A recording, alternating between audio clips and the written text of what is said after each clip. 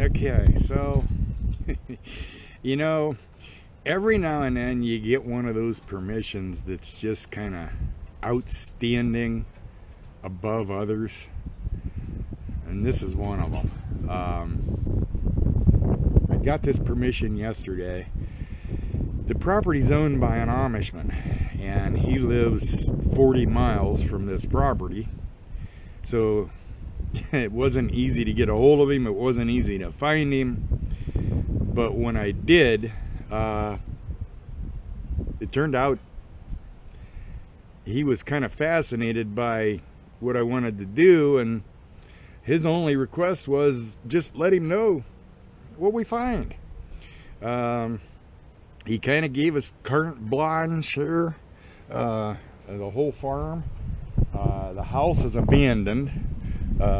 There's a chicken coop over there. I'll show you all this here in a minute. Yeah, this looks like it was maybe a carriage house or a, I don't know, horse barn. There's a big bank barn back here with a silo. I'm going to say there's 4 acres here that was used around the house, barn, chicken coop, sheds. I'm sure there was an outhouse. The tax map shows this house as 1900, and that's on the GIS. But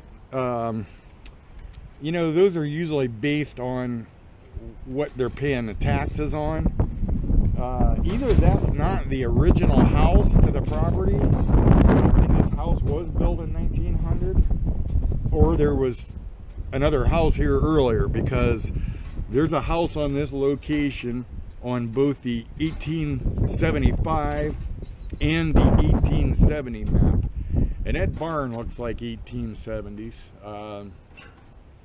Slate roof, stone foundation, and I haven't even walked over to the house yet to see if it looks like stone. It's got a shingle roof, but that's probably been replaced. I'm pretty sure that's a cut stone foundation I'm seeing down there, but it's been remodeled. There's some brick on the front of it, and you know, I'm sure that's not as it was originally, if it even is the original house. But this place is just awesome. I'm not going to swing much today. I'm sort of saving this for some of my buddies to come along with me, because this is a big property and there's room for a lot of us, or several of us.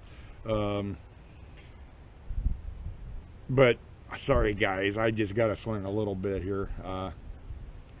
And the wife said, you know, you don't want to go shoe shopping with me?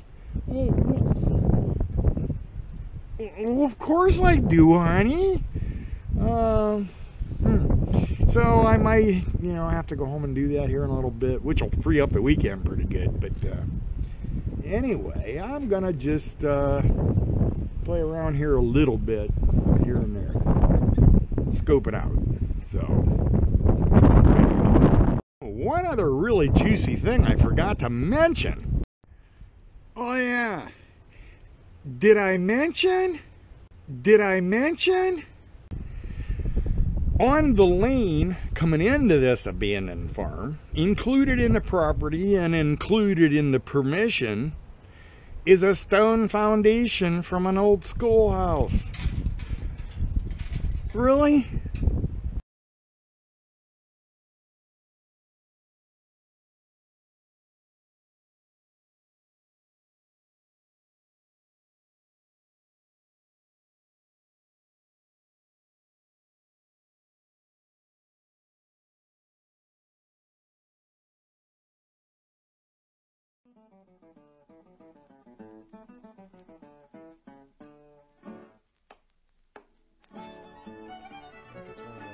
No, half cent. Half cent. It's a half cent. I can see it. Sweet. Awesome. No, it's Oh not. my God, it's a Holy freaking real. crap.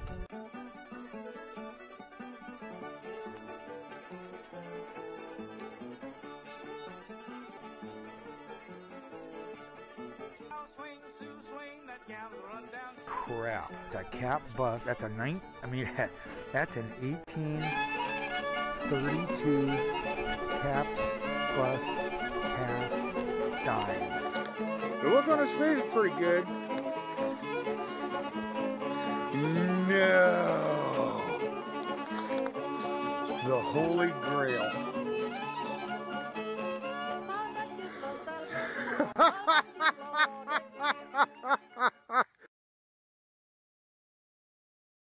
Okay, first find about 3 minutes here.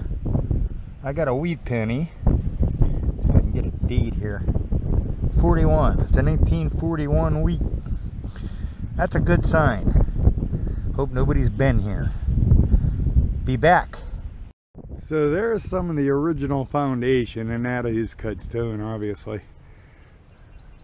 It's been remodeled, added on to, butchered, slaughtered a dozen times, but that's okay. Be back. There's a little better look at what's original on the house. That's kind of cool. It's older. Be back. There's some kind of buckle I found.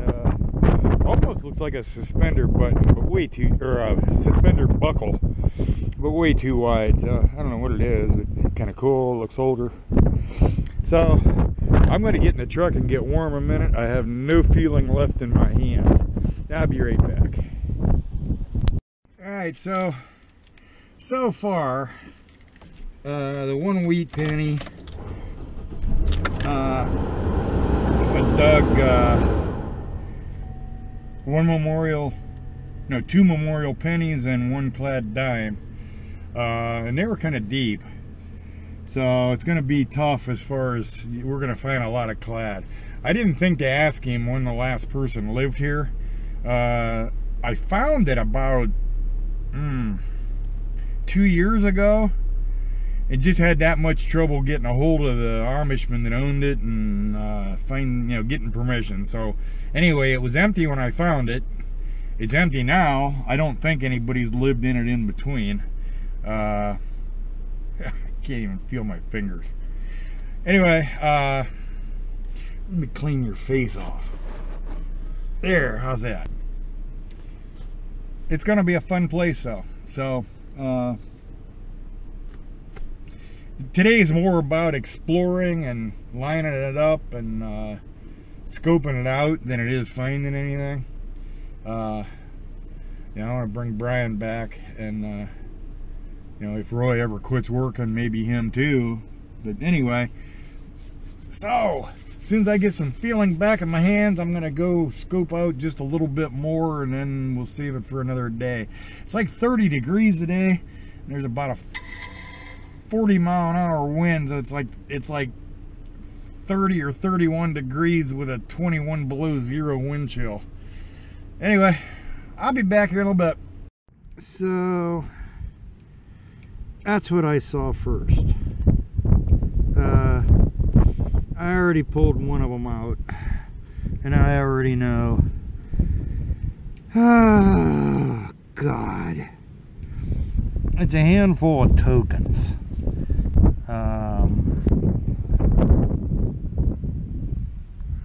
Yeah, looks like they're all the same.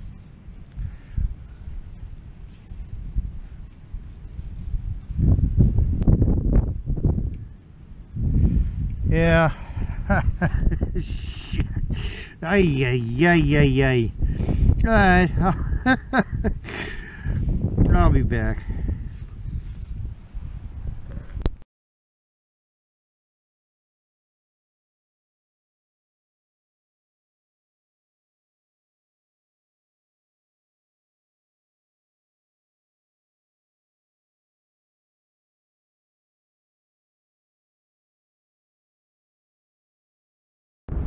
Okay, so it's Saturday morning, March 3rd, 2018. We're going back to the farm, the abandoned farm that I toured yesterday. I got Brian. Say hi, Brian. And we got Dave with us. Oh, yeah. Dave's just getting into the hobby and starting out, and so we're gonna show him how to find clad and crap. Hope not. So anyway, we're about a mile and a half, 2 miles from the site, headed there now, and I'll be back when we get there. Stay tuned. Well, there's another Wheatie. That's a 1953D Wheatie. I'll be back.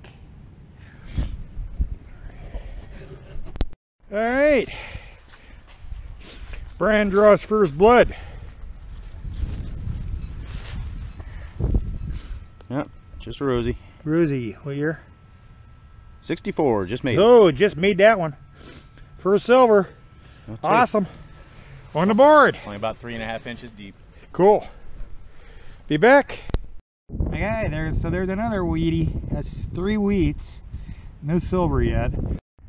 And there's a 1953 Canadian. I'll be back. Alright, so Brian's just tearing us up here. First silver and first large copper, it sounds like. Turn it for your... And looks like a matron. See if I can get a date. We'll clean it up and be back. Tried something new this time. Put in Andy Savage's program into this, so kind of excited. Getting some finds and it's hitting strong. So yeah, we'll quit it. Okay, so that was an 1833 matron, had large scent. Brian just picked up. Sweet.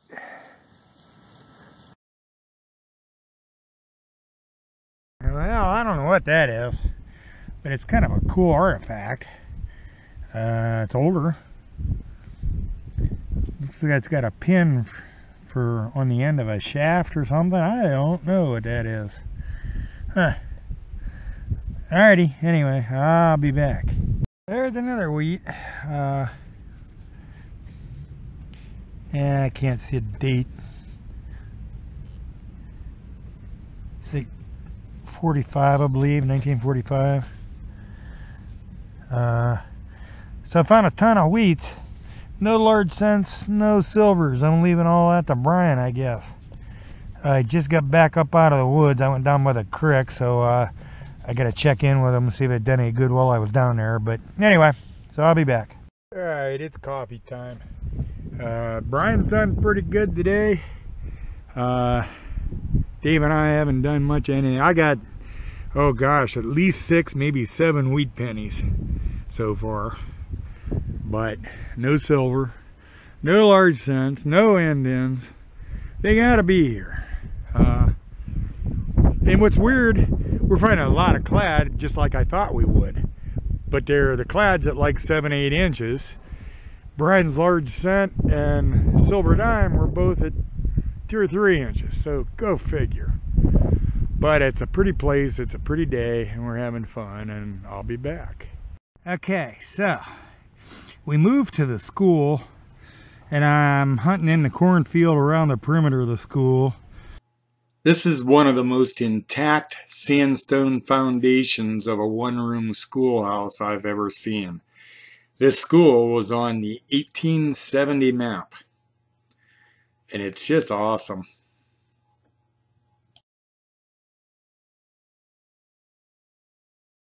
And of course, my water bottle apparently fell out of my pouch in the van, or in the truck, because I went to reach for it and it's not there. But I believe I'm looking at silver here. And I'm gonna go to the truck and get water before I find out for sure. I'll be back. Well, that's kind of cool. It's a little fleur-de-lis thing. I mean, it's just junk. But it's like I just told Brian, at least if you're gonna find junk, find cool junk. I think that might have been a pin of some kind. It looks like there might be the remnants of the little hinges thing for the pin across there. Not sure. It's kind of cool. I'll be back. Find of the day was probably this antler shed. But that's cool. Be back. Time to wrap it up. Back here is the farm we started out hunting. Way back this lane. House, chicken coop, carriage shed, bank barn, and not a lot of old coins to be found. They're there, just don't know where. And we came up front here to this foundation, and this is that school foundation, and I took pictures that you've already seen. So let's do a wrap here on what was found, and we'll start with mine because it's far less exciting. These were real exciting when I saw them in the hole. I thought I had a pocket spill of silver quarters, and turned out to be a pocket spill of